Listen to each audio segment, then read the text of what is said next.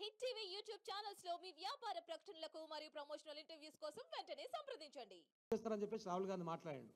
అంటే ఇప్పుడు నువ్వు అనేది ఏంది? ఇప్పుడు రాహుల్ గాంధీని కూడా ఆమరణ నిరాదీక్ష చేయమని చెప్పి నీటి గురించి నువ్వు ఆయనకు చెప్తావా? మరి రాహుల్ గాంధీని కూడా దీక్ష చేసి చచ్చిపోమని అంటున్నావు అన్నట్టు. లేకపోతే ఈ రాష్ట్రానికి పట్టినటువంటి ఒక చీడ పురుగు, ఒక దరిద్రం తెలియక నెత్తినెత్తుకున్నాం. ఇంత ఎదవని చెప్పి తెలియదు రేవంత్ రెడ్డి గారు. కాబట్టి వాడే దీక్ష చేసి ఆ నీటి గురించి మరి వాడు చచ్చిపోతే పీడవద్దని చెప్పేసి తెలంగాణ ప్రజలు కోరుకుంటారు అని చెప్పేసి అంటే బాగుంటుందా? న్యాయమేనా అది? నోరు తెరిస్తే ఇబ్బందికరమైన మాటలు. ఒక రాష్ట్రానికి ముఖ్యమంత్రి లాగున్నా ముఖ్యమంత్రి హోదాలో నేను ఏం పని చేయాలి, ఏం రివ్యూ చేయాలి, వాళ్ళు అడిగేటువంటి కోరిక నిజాయితీ ఉన్నదా లేదా, దాన్ని ఏం చేద్దాం అనేటువంటి సోయ లేదు. నోటికి ఎంత వస్తుందంత ఒక షాడిస్ట్ లాగా షాడిస్టే బిహేవ్ చేస్తారు. వాడు చచ్చిపోవాలి, వీడు చచ్చిపోవాలి, నాకు కోడ్ అడ్డం రావద్దు. ఇంత పెద్ద ఉద్యమం జరుగుతూ ఉంటే సరే మీడియా సంస్థలతో మరి యాజమాన్యంతో ఏం మాట్లాడుకున్నాడో, ఏం మేనేజ్ చేసుకున్నాడో, ఆ కవరేజ్ తక్కువనే ఉంది. అయినా సోషల్ మీడియా బాగానే ఉంది కాబట్టి నడుస్తూనే ఉంది, ఇబ్బంది లేదు. ప్రజలకు చేరాల్సిన విషయం చేరుతున్నది. ప్రజా గొంతుకలు, ప్రభుత్వ వ్యతిరేక గొంతుకలు అని చెప్పేసి కేసీఆర్ గారి 9.5 సంవత్సరాల పాలనలో మొత్తుకున్నటువంటి మరి గొంతులన్నీ మిగపోయినా ఎక్కడ పోయినా అర్థమవుతుంది. ఆ గొంతులని ఈ కోదండరాం అంటాడు ఎక్కడ పోయిండు? ఆ ఎమ్మెల్సీ పదవి కోసం పాపం కాంగ్రెస్ పార్టీకి రామరామ్ అని కూడా తిరుగుతుండు కోదండరాం. ఆయన బాధ ఆయన, పాపం ఆయన ఉద్యోగం కోసం ఆయన తిప్పల పడుతుండు. నేను ఆయన మాట్లాడతాడు, మేము ముఖ్యమంత్రి గారి దృష్టికి తీసుకుపోతాం, కానీ వారి బిజీగా ఉన్నట్టుంది, ఈ మధ్య మాకు టైం ఇస్తలేడు. మరి అంతకుముందుకు ఏం మాట్లాడినావు? ఇప్పుడే ముఖ్యమంత్రి బిజీగా ఉంటాడా? మరి అంతకుముందుకున్న ముఖ్యమంత్రి బిజీగా ఉండడా? మరి ఎక్కడ పోయింది నీ గొంతియాల? ఉస్మానియా యూనివర్సిటీలో 300 మంది పోలీసులు ఇప్పుడు నేను మాట్లాడే సమయానికి అక్కడ ఉన్నారు. ఇప్పుడు ప్రజెంట్ పొద్దుగాల హాస్టళ్లకు జొరబడి బీఆర్ఎస్వి పార్టీ సంబంధించినటువంటి విద్యార్థి విభాగం సంబంధించినటువంటి మా వాళ్ళని అరెస్ట్ చేసి ఓయి పోలీసులో పెట్టి ఇప్పుడు ప్రజెంట్ నేను మాట్లాడేది 300 మంది పోలీసులు ప్రజెంట్. ఎక్కడ పోయింది మరి నీ గొంతు? ప్రజా గొంతుకలు, ప్రొఫెసర్లు చాలా మాట్లాడిన వాళ్ళు ఒక్క మాట మాట్లాడతలేరు. ఇంత పెద్ద ఉద్యమం జరుగుతుంటే ప్రజా సంఘాలలో పనిచేసేటువంటి వాళ్ళు కూడా ఇది ప్రజల కోసము, నిరుద్యోగ యువత వాళ్ళ కోసం చేస్తున్నటువంటి సమస్య, సహేతుకమైన సమస్య, నిజాయితీతో కూడుకున్నటువంటి సమస్య. మెగా డిఎస్సీ వేస్తా అని చెప్పినావు, ఏమని అడుగుతున్నారు?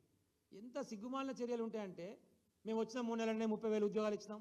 బుద్ధున అదన నీకు ఏమైనా కొంచెమన్నా సిగ్గు, లజ్జ, మానం, మర్యాద? మేము కదా నోటిఫికేషన్లు ఇచ్చి మొత్తం కంప్లీట్ చేసి పెడితే వచ్చినటువంటి కాగితాన్ని తీసుకొచ్చి పంచి 30,000 ఇచ్చినాను మాట్లాడతాడు. ఇంతకంటే సిగ్గుమాలిన చర్య ఉంటుందా రేవంత్ రెడ్డి? నీకేమన్నా ఒక్క ఉద్యోగం ఇవ్వలే. ఆశా వర్కర్లు కలెక్టర్ల కాడ ధర్నా వల్ల ఏమైంది, మా బతికేది, మా పరిస్థితి అని చెప్పేసి. పంచాయతీ సెక్రటరీలు జీతాలు వస్తలేవని పంచాయతీ, గ్రామ కార్మికులు జీతాలు వస్తలేవని పంచాయతీ. ఇంకేందో ఫేస్ రికగ్నైజేషను ఇంకేందో పెడతా అని పెట్టిండి. ఇవ్వాలి ఉద్యోగస్తులు పని చేయాలి, వాళ్ళ కోసం చేస్తారట. ఈయన మాట్లాడతాడు, ఫేస్ రికగ్నైజేషన్ పెడతాం, సెక్రటరీ నుంచి సెక్రటరియట్ దాకా పెడతా. సరే ఏమన్నా చావు, పరిశ్రమలు వెనుకకు మళ్ళీపోతున్నాయి, దాని గురించి మాట్లాడవు. పరిశ్రమలకు కావాల్సిన విద్యుత్తు, దాని గురించి మాట్లాడవు. రోజు 24 గంటల కరెంట్ విద్యుత్తు మాట్లాడవు. సమస్యల పరిష్కారం కోసం మాట్లాడతలేవు. ఏంది సమస్య అనేది మీకు అర్థం కావాలి, అది కూడా చెప్పాలి. మొన్న ఇట్లనే క్యాబినెట్లో ఒక 12 మంది మంత్రులలో 12 మంది మంత్రులు అవలగాలు ఉండరు కదా, ఓడోడు మంచిగా ఉన్నట్టుంది, వాడు అడిగినట్టు. ఏందా మరి అడ్మినిస్ట్రేషన్ నడుస్తలేదు, రేవంత్ ఇట్లా కాదు నడిపేది ప్రభుత్వాన్ని. మనం ఏదైనా తిప్పలబడి కొంచెం ప్రజల కోసం పని చేయాల్సి ఉంటుంది. ఆ రైతు రుణమాఫీ ఏందో, భరోసా ఏందో కొంచెం రివ్యూలు చేసేదని అంటే ఏం చేయమంటాం అన్న నన్ను? ఎన్నిక కాగానే ఎంపీ ఎన్నికలు రాగానే 1000 పంపు అని చెప్పేసి ఆడ దమ్దమ్ చేసి పంపమందిరి. అది కాగానే మళ్ళీ మల్లికార్జున ఖార్గే నా కొడుకు పోటీ చేస్తున్నా సంగతి చూడని చెప్పి, ఆ వేణుగోపాల్ నేను పోటీ చేస్తున్నా నా సంగతి చూడని చెప్పి, తెలంగాణలో నువ్వే చూసుకొని చెప్పి నా మీదనే పెట్టివి. నేను మొన్న పోయినా ఆ పీసీసీ ప్రెసిడెంట్ మిగతా మంత్రులను నేద్దాము, అన్ని శాఖలు నాకానే ఉంటున్నాయి, మరి ఏదైనా చేద్దాము అని చెప్పేసి పోతే 5 నిమిషాలు టైం ఇవ్వలేదు. 5 నిమిషాలు టైం ఇవ్వకపోగా పోగానే చెప్పినటువంటి మాట, 3 రాష్ట్రాల ఎన్నికలు వస్తున్నాయి, ఒక 500 చూడిపో, తర్వాత మాడదాం కానీ వీడి గురించి అని పంపారు. ఇక నేను చావాలన్నా బతకాలన్నా, అది వాని పరిస్థితి. ఆ ఫ్రస్ట్రేషన్లోకి వెళ్ళి ఇక ఏం మాట్లాడుతుండో ఏం చేస్తుండో సోయి లేకుండా మాట్లాడుతుండో వాని బాధంతా అది. ఇప్పుడు ఏదో కడక జమ చేయాలి, కట్టేసేయాలి. ఇప్పుడు రైతు రుణమాఫీ చేసేందుకు 400 కోట్లు 400 ఎకరాలు తాకట్టు పెట్టి ఏందో ప్రైవేట్ సంస్థలకు వెళ్ళి పైసలు తెస్తా అంటుంది కదా, అలా కమిషన్ అర్జెంట్గా ఇప్పుడు ఢిల్లీకి పంపారు. అది పంచాయతీ. రైతు రుణమాఫీ గురించి అనేటువంటి తర్వాత సంగతి. ఆ పేరుతోని డబ్బులకు సంబంధించినటువంటి తాకట్టు పేరుతోని ప్రైవేట్ సంస్థల ద్వారా తీసుకొని అర్జెంటుగా ఇప్పుడు ఢిల్లీకి పంపాలి, లేకపోతే 3 రాష్ట్ర ఎన్నికలు జరిగే పరిస్థితి లేదు. అది ఆయన బాధ. ఆ ఫ్రస్ట్రేషన్లోకి వెళ్ళి ఏం మాట్లాడుతుందో అర్థమవుతుంది. నోటికి ఎంత వస్తుందో అంత మాట్లాడుతుంది. ఇంత దయనీయమైనటువంటి దౌర్భాగ్యమైనటువంటి భావదారిద్ర్యంలా కాంగ్రెస్ పార్టీ ప్రభుత్వం కొట్టుమిట్టాడుతుంది తెలంగాణ రాష్ట్రంలో. ఎడ్యుకేషన్ మంత్రి ఎవరో తెలియదు, ఓళ్ళకి చెప్పవు, ఓళ్ళకి ఇయ్యవు, దాని గురించి స్పందిస్తూ ఉండడు, దాని గురించి మాట్లాడుతూ ఉండడు. కనీసం ఇప్పటికైనా ప్రజల పక్షాన నిలబడి కొట్లాడడానికి మేము ఎప్పుడూ సిద్ధంగానే ఉన్నాము. 14 సంవత్సరాలు నిర్విరామ తెలంగాణ ఉద్యమంలో భాగస్వాములైనటువంటి వాళ్ళే నిజాయితీ కలిగిన మగపిని కలిగిన బిడ్డలుగా ఈరోజు ఇంకా నిలబడి ఉన్నారు బీఆర్ఎస్ పార్టీ తరఫున. మేము మళ్ళీ నిరుద్యోగ యువకుల తరఫున వాళ్ళకు మద్దతుగా సంఘీభావంగా వాళ్ళతో కలిసి ఆందోళన చేయడానికి ఆ నిజమైనటువంటి నిజాయితీ కలిగినటువంటి కోరిక కోసం ప్రయత్నం చేస్తాం. దాని ఎలాంటి సంశయం కూడా అవసరం లేదు. మళ్ళీ మాట్లాడితే ఏమంటారంటే కోచింగ్ సెంటర్లో పైసలు వస్తాయి అని చెప్పి కోచింగ్ సెంటర్ వాళ్ళు వాయిదా ఏమంటారు. ఈ అమ్మాయి ఎక్కడ సిగ్గుమాల చర్యలు, ఎక్కడ దివాళా కొడుతున్నావు అనేది నాకు అర్థం కాదు. ఇంత లఫంగానే దొరికినావు. మరి ఏమంటే కూడా తిరుగుతుంటే వానికి నిన్నమని అనుకోనికి లైబ్రరీ చైర్మన్ ఇచ్చారు వాడు రియాజ్ అంటోనికి. వాడిని కూడా కోచింగ్ సెంటర్ మరి అప్పుడు వాడు పడి తిరిగినావు కదా, మరి అది ఎన్ని పైసలు ఇచ్చారు మరి నీకు? ఇప్పుడు నిజంగా కోచింగ్ సెంటర్లు అంటే ఏమైనా రియల్ ఎస్టేట్ బిజినెసా? నీళ్ళకి ఏమైనా బ్లాక్ మెయిలింగ్ బిజినెస్? అదేమన్నా నువ్వంటే రియల్ ఎస్టేట్ బ్లాక్ మెయిలింగ్లు వాని బెదిరించి ₹1,00,00,000 సంపాదిస్తావు. మరి కోచింగ్ సెంటర్లో ₹1,00,00,000 ఎడికెళ్ళి వస్తాయి?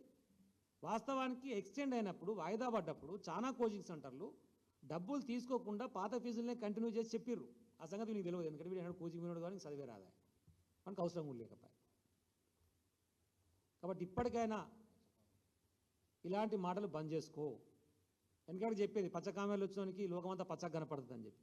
నేను ఇలా పచ్చ మనిషితో కూడా కలిసింది కాబట్టి ఇంక ఎక్కువైనట్టుంది. అది ఏంటంటే గతంలో నేను ప్రతిపక్షం ఉన్నప్పుడు ఎట్లాంటి కుట్రలు చేసిండో, ఎట్లాంటి అబద్ధాలు మాట్లాడిండో అవే వీళ్ళు కూడా చేస్తున్నారని అనుకుంటున్నాడు ఈ లంగా. కానీ నీలాగా లంగా దొంగ పనులు చేసే అవసరం మాకు లేదు.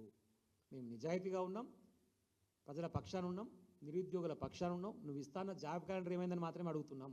అదే నిరుద్యోగులను రెచ్చగొట్టి ఇష్టం వచ్చినట్టు మాట్లాడిన నువ్వు వాళ్ళ కోసం ఏందో మొత్తం నీ పానాన్నే తాకట్టు పెట్టినట్టుగా మాట్లాడినటువంటి పరిస్థితి ఉండే. కాబట్టి ఇవన్నీ అబద్ధాలు. 1:100 విలోమని చెప్పేసి అడుగుతున్నారు గ్రూప్కి సంబంధించి. మీ బట్టి విక్రమార్క అసెంబ్లీ వేదికగా నేను అసెంబ్లీలో కూర్చున్నప్పుడు అడిగిండు ఆయన, పక్క రాష్ట్రంలో అయితే ఇక్కడ ఎందుకు కాదు 1:100 పిలుద్దాం మనం అని చెప్పేసి. నువ్వు చెప్పిన మాటని నెరవేర్చమని అడుగుతున్నాం. సాధ్యం కాకపోతే ఆ రోజు తెలియక పొరపాటు నేను మాట్లాడినా మేము అమలు చేయలేకపోతున్నాం అని చెప్పేసి ఆ రేవంత్ రెడ్డి గారు వచ్చి బట్టి విక్రమార్క వచ్చి ముక్కు నేలకు రాసి తప్పైందని చెప్పేసి నిరుద్యోగుల కాలు పట్టుకొని క్షమాపణ అడుగురు. మరి మేము చేయలేకపోతున్నాం అని చెప్పేసి ఇద్దరు ముక్కు నేలకు రాయాలి. ఇప్పుడు నువ్వు చెప్పిన మాట చేయమంటే సాధ్యం కాదని మాట్లాడుతూ టెక్నికల్ ఇష్యూస్ ఉంటాయి. మరి అప్పుడు తెలియదురా టెక్నికల్ ఇష్యూస్ ఉంటాయని.